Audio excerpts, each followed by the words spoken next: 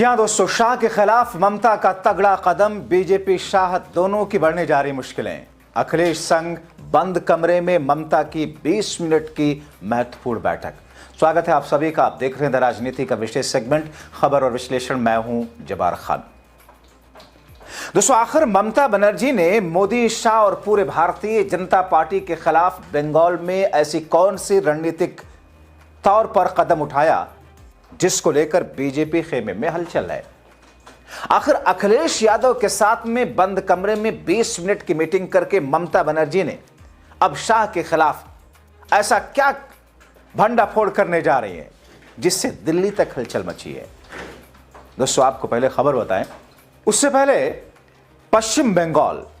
दोस्तों, दरअसल भारतीय जनता पार्टी के लिए दक्षिण भारत और पश्चिम बंगाल ये दोनों ऐसे इलाके हैं जहां पर बीजेपी की दाल नहीं गलती, और इन दोनों के पीछे कारण है।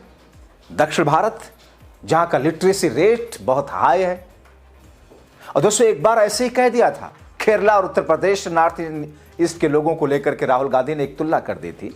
भारतीय जनता पार्टी ने इस पर बवाल कर दिया था। मैं तुलना तो नहीं कह रहा, लेकिन दक्षिण भारत में लिटरेसी रेट हाई रहता है। आप केरला का उठा करके देख लीजिए।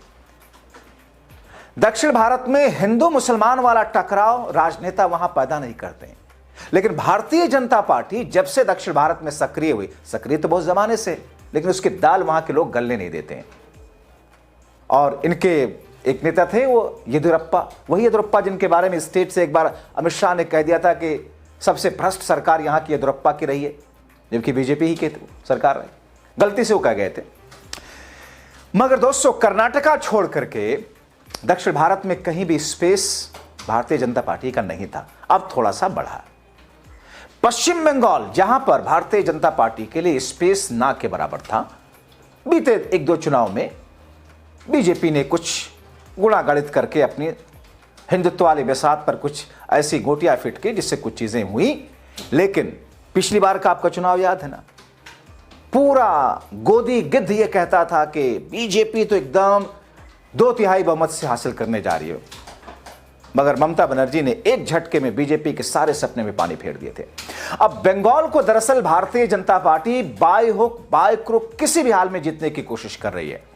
बीते दिनों आपने देखा कि कैसे वहां पर ममता बनर्जी की चुनावी रणनीति वाले दफ्तर आईपेक कंपनी, जिस पर अचानक छापा मरवा करके वहां से ममता बनर्जी की स्ट्रैटेजी क्या है, चुनावी रणनीति क्या है, जो पहले दौर में जिन प्रत्याशियों के नाम फाइनलाइज किए जा रहे हैं, रफली कौन कौन है, वो सब कुछ लेने की कोशिश कर रही थी। ऐसा आरोप ममता बनर्जी का था। छापा मरवा दिया ईडी के जरिए, मगर ममता बनर्जी ईडी और बीजेपी से ज्यादा तेज निकली। खैर, अब दोस्तों, ममता बनर्जी ने जो दावा किया था कि मेरे पास पेन ड्राइव है, वो अमित शाह का पेन ड्राइव लाऊंगे तो तहलका मच जाएगा। अब दोस्तों, हुआ क्या है, इस बीच में समाजवादी पार्टी के प्रमुख अखिलेश यादव ने कोलकाता में नबन्ना स्टेट सेक्रेटरीट में पश्चिम बंगाल के मुख्यमंत्री ममता बनर्जी से मुलाकात की। इस दौरान अखिलेश यादव ने बीजेपी पर हमला बोला।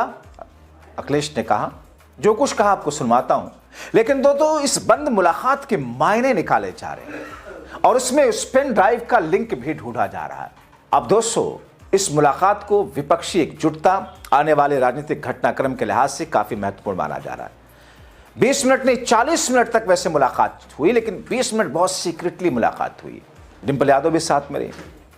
अखिलेश यादव ने क्या कहा उसके बाद बैठक के बाद में आइए उन्हीं के शब्दों में कुछ सुनवाते हैं। जनता पार्टी से कोई मुकाबला कर रहा है तो यहाँ की मुख्यमंत्री आदरणीय ममता बनर्जी जी मुकाबला कर रहे हैं, और यही मुकाबला करने से भारतीय जनता पार्टी से मुकाबला किया जा सकता है। जितना तकलीफ परेशानी ये चुनाव को लेकर के दे सकते थे, और एसआईआर सच्चाई जो एसआईआर की ये है, बिहार के लिए एसआईआर आया कि नहीं आया वो अलग बात थी, लेकिन एसआईआर जो लेकर के आए हैं ये लोग, ये लाए हैं आपके स्टेट वेस्ट बंगाल के लिए, और जानबूझ करके इलेक्शन कमीशन की जिम्मेदारी ये बनती है वोट बढ़े, ज्यादा से ज्यादा लोग वोट बना करके वोट डालने आए। लेकिन पहली बार ये देखने को मिल रहा है कि इलेक्शन कमीशन, भारतीय जनता पार्टी एसआईआर के बहाने एनआरसी कर करके आम जनता को परेशान कर रहे हैं और उनका लक्ष्य है कि ज्यादा से ज्यादा वोट यहां पर काट दें। दूसरा विरोधी जीता गया है, लेकिन वेस्ट बंगाल में ज्यादा होता है ये। मैं दीदी की हिम्मत को, उनके लोगों को बधाई देता हूं कि इस जिम्मेदारी से वो जनता के लिए लड़ रहे हैं। और ये ED, CBI, income tax BJP के साथ चलता है। बीजेपी का एक संगठन है ये, जहां बीजेपी को लगता है कि इसको आगे करके लड़ा जा सकता है, वो आगे करके लड़ते हैं। पूरा महाराष्ट्र कैसे जीता? ED, CBI, income tax. बहुत धन्यवाद। अखिलेश यादव ने दरअसल पश्चिम बंगाल में दोस्तों आपने देखा एसआईआर प्रक्रिया जिस पर अखिलेश यादव भी सवाल उठाते, ममता बनर्जी तो उसे लेकर के किस तौर पर एनआरसी बैकडोर से लागू करने की बात कही चुकी हैं। लेकिन इन तमाम चीजों के बीच में लोकतांत्रिक मूल्यों को किस तरीके से कुचला जाता है, डर का माहौल कैसे बनाया जाता है, मगर ममता बनर्जी किस तौर पर डटी हुई हैं, क्योंकि ममता के पास भी कुछ ऐसी चीजें हैं, मोदी शाह या बीजेपी के खिलाफ कुछ ऐसी नस है जिसे ममता ने दबा रखा है। के ऊपर चिल्लाए, आप लोगों ने बात किया, आवाज उठाए, एसआईआर को कहेंगे क्या डेमोक्रेसी की हत्या किया जा रहा है एसआईआर के माध्यम से? एसआईआर एनआरसी था, क्योंकि कई लोगों को नागरिकता साबित करनी पड़ी। अभी तक तो हम वोट चोरी की बात कर रहे थे, लेकिन मैं बधाई देना चाहता हूं दीदी को कि जिन्होंने डिजिटल डकैती को बचा लिया।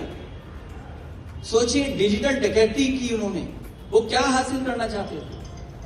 आपकी जो डेटा है उसको हासिल करना चाहते थे। ये जिम्मेदारी है वोट बढ़ाना, उनकी मदद करना, वोटर्स की मदद करना। आपने देखा होगा जब कभी चुनाव होता है, इलेक्शन कमीशन कैंपेन रन करता है इस बात के लिए कि ज्यादा से ज्यादा लोग वोट डालने आए, लोग ज्यादा से ज्यादा निकलें, नई उम्र के लोग वोट बनवाएं। लेकिन ये एसआईआर के बहाने हम लोग पहली बार देख रहे हैं कि आदरणीय मुख्यमंत्री दीदी को परेशान करने का काम कर रहे हैं। शायद देश में एसआईआर के बहाने किसी को नहीं परेशान किया होगा, लेकिन हमें भरोसा है बंगाल की जनता पर। यहाँ की जनता अपनी दीदी के प्रति जो प्यार लगाव है वो पुनः यहाँ से मुख्यमंत्री बनने जा रहे हैं। बीजेपी की लड़ाई जो वो है वो हारने की लड़ाई है उनकी। वो सोचते हैं कि इज्जत से हार जाएं, इज्जत से हारना चाहते हैं, लेकिन यहाँ की जनता हराएगी।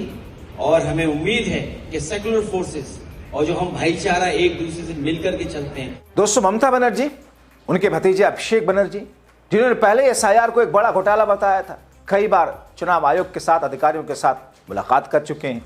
और दोस्तों, ममता बनर्जी ने जिस तरीके से मोदी शाह और चुनाव आयोग को लेकर के जो पूरी घेराबंदी की थी, और उसमें दिल्ली में भी जिस तरीके से उन्होंने, जब उनके सांसदों ने अमित शाह के दफ्तर और आवास के बाहर घेराव किया था, एक सांकेतिक तौर पर कदम और एक ट्रेलर तो उन्होंने दिखा ही दिया था। अब दोस्तों, अखिलेश यादव के साथ इस मुलाकात की जो मायने निकाले जा रहे हैं उसमें बहुत कुछ है। और हमें उम्मीद है कि सेक्युलर फोर्सेस और जो हम भाईचारा एक दूसरे से मिलकर के चलते हैं, जो हमारे देश की पहचान है, ये हमारे देश के सेक्युलरिज्म से खिलवाड़ कर रहे हैं। और वो भी इलेक्शन कमीशन से मिलकर के, जो कॉन्स्टिट्यूशनल बॉडी है। यहां तो हो ही रहा है, लेकिन उत्तर प्रदेश में इससे ज्यादा वोट काटने का काम कर रहे हैं। मुझे खुशी है कि दीदी ने ईडी को हरा दिया और भारतीय जनता पार्टी पेन ड्राइव का पेन नहीं भूल पा रही है। वो भारतीय जनता पार्टी ये भूल गए हैं कि यहां का प्रदेश दीदी के लीडरशिप में ये कल्चरल यूनिट है, पॉलिटिकल यूनिट नहीं है। ये नासमझी कर रहे हैं। यहां के लोग प्रेम के, रविंद्र जी के भजन सुनते हैं, यहाँ का गान सुनते हैं, मिठास सुनते हैं, नफरत के गाने नहीं सुनते। ये दरारवादी लोग जो बांट करके राजनीति करने वाले हैं वो कामयाब होने वाले नहीं हैं। यहाँ की मिठास जीतेंगी, यहाँ की आदरणीय दीदी जीत करके जाएंगी और हमारा पूरा सहयोग इनके साथ है।